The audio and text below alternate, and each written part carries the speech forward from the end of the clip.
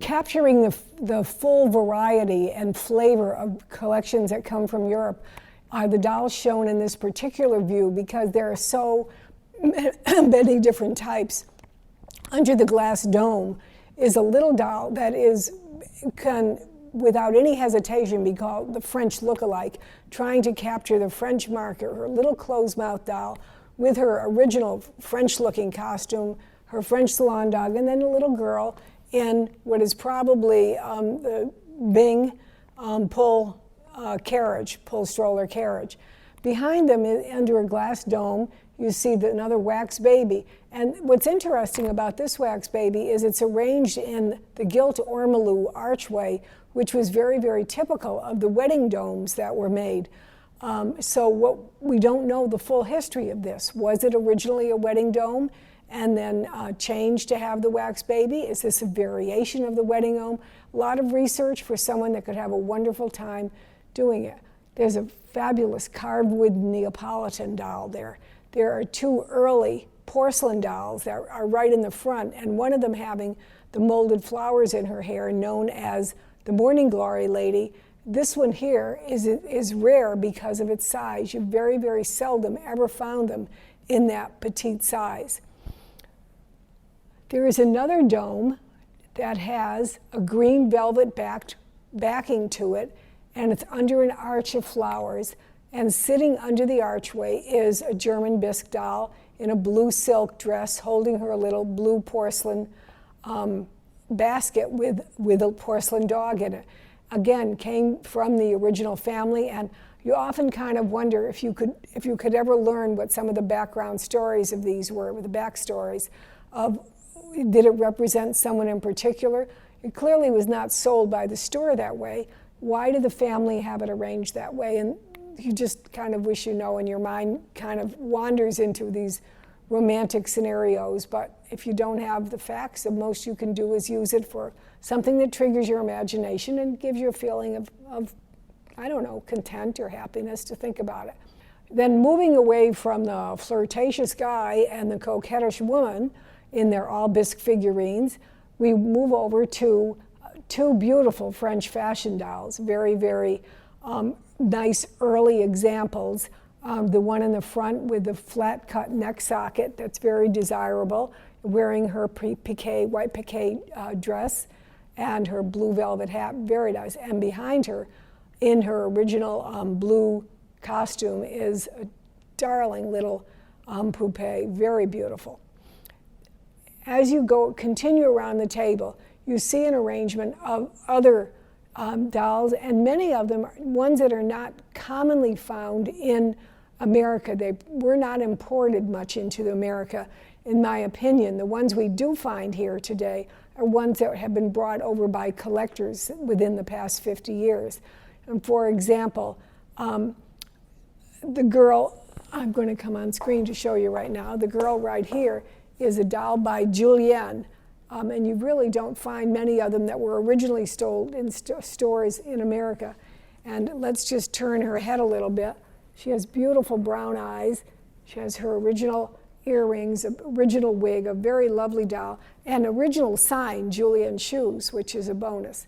And on the other side, facing her is her friend with big blue eyes by Gaultier. And that again, you find them here, but in my own opinion, they were probably imported by collectors during the past 50 years. So a very desirable face. It's very dramatic. And I think, again, it's the eyes that do it. We have early Jumeaus. We have a classic bébé under the dome on top, which is very, very desirable to find. We have a wonderful presentation here, and I'm going to lift it just a bit to show you, because it's in its original presentation box, and inside, put your hand down here, and inside is a poupée with various costumes and her original wooden Psyche mirror with silvered back and markings of brevité on the back of the mirror. And it was sold as in a Trends presentation about 1870 in Paris. A very, very wonderful piece to find. The bébés continue around. You have Jumeau's, you have FG, you have the Jules Steiner Gigateur, who is seated right here. And the Jules Steiner Gigateur is remarkable because it has its original label on the costuming from the Onan Bleu department store, which is, they seem to, Onan Bleu must have had a very close relationship with Jules Steiner, because many of the dolls that we find that have original Onan Bleu labels on them are Steiners. So I think they had some kind of a program going together, the two of them. And again, it's kind of a signal to you. Onan Bleu was a luxury store. So when you have dolls that you will find that have labels from those costumes, they're going to be top of the line dolls.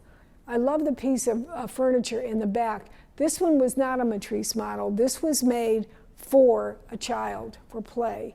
And it's the wooden, wonderful with the little cherubs in the back. I mean, it was a real luxury model. And on the door is the original sign that says Trousseau, and it names all of the pieces that are in there, how many pieces there are, and that same number of pieces are in there. So a wonderful little piece, and so many accessories and unusual things. You're going to have so much fun. And my friend right here, by Mr. Gaultier Brothers, but it's not a doll, folks. He's a mannequin. And check it out. Look at these hands. Look at the articulation on his hands. There, there, there. Absolutely beautiful.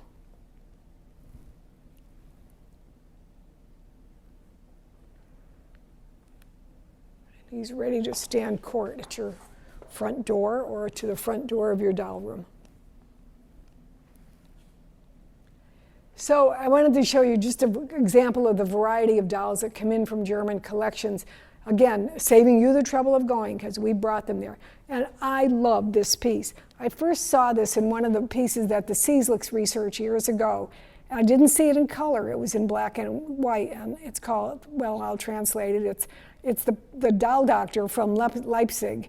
It's Die Leipziger Puppendoktorin, but excuse my German, I can't say it well.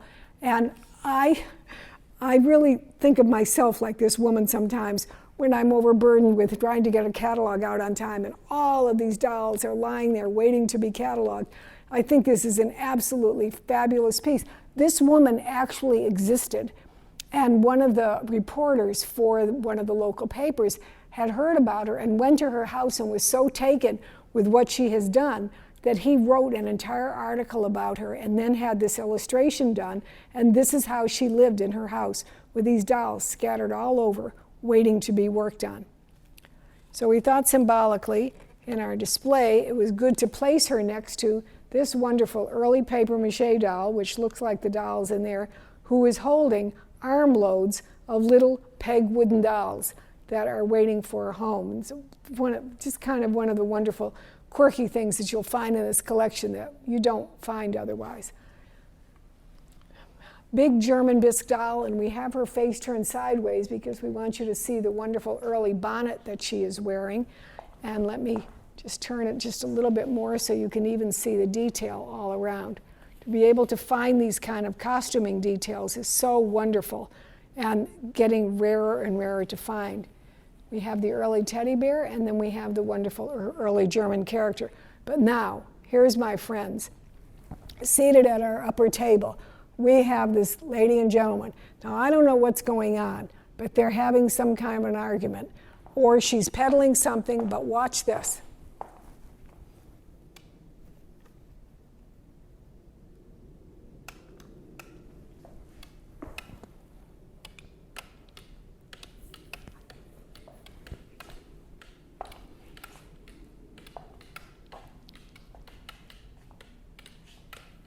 She's talking him into something, and he's nodding. But I kind of think maybe he's nodding, but he's not really going to do it. There's money on the table.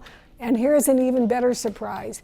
They each come with their matching wooden stools and the matching wooden table. And guess what?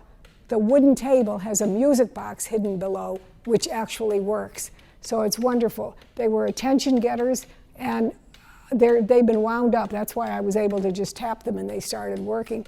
and they will go on and on, attention getting. But in case you think it drives you crazy, just stop, and they'll stop going. And she not only nods back and forth, but her jaw opens and closes. Stop moving, dear.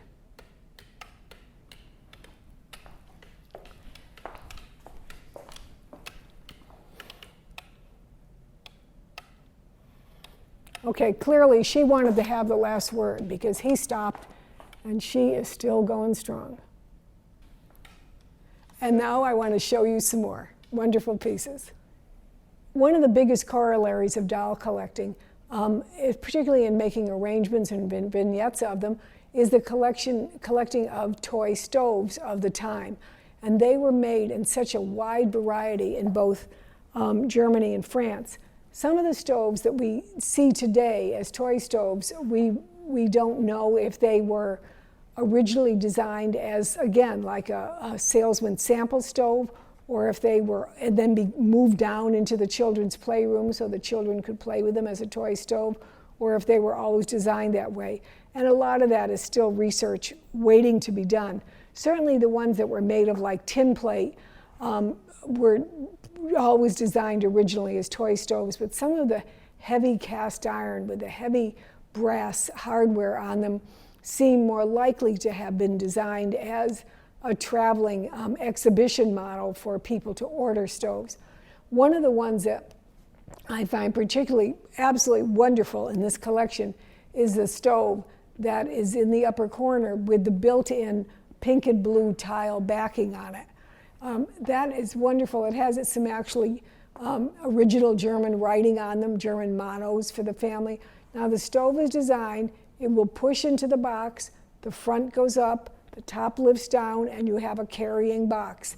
But for the child to then play with it, you lift it up, and even the sides could go down if you wanted to. So you could have a complete, almost little playroom kitchen for a child. Many of the stoves were sold with their original utensils. Sometimes they were designed to actually fit into built-in holes, burner holes, and other times burners were designed with 2 or 3 rings so you could have graduated size pots and pans that could fit in with them. The collecting of toy stoves is absolutely wonderful. I don't think we've had a collection, maybe I think about 20 years ago, we did a collection of toy stoves, but this is the finest collection that we have had since that time, and I think you'll find some really wonderful pieces here. Okay, I think many of you would say, well, I think these are wonderful, but I don't know if I would ever have room. You've got to make room for at least one of these animals in your home, because these are examples that I have really not seen some of them before. And I'm going to start by talking at our centerpiece right up on top, Mr. Mountain Goat. Is that one fabulous piece? I have never seen that on a pull toy platform. Cast iron wheels, wooden platform, all of his mountain goat hair is there, his horns, he's just absolutely wonderful. And even has this wonderful saddle blanket. And many of these pieces have these saddle blankets, which really add to them. And one of the things I noticed as I was going through cataloging these pieces is the saddle work and harnessry on so many of these horses is really, it's not like toy quality, it's almost a professional quality. So I don't know how much of them were actually used sometimes, again, as models to show the work that a particular leather maker might be engaged in for animals. On the far left hand, on the far side over here, is a dappled horse, and guess what? These are European collections, but what is that horse? He's American. He's the Schoenhut Blitz horse. And why was he in this German, actually this Austrian collection it came from? Why was he there? We don't know.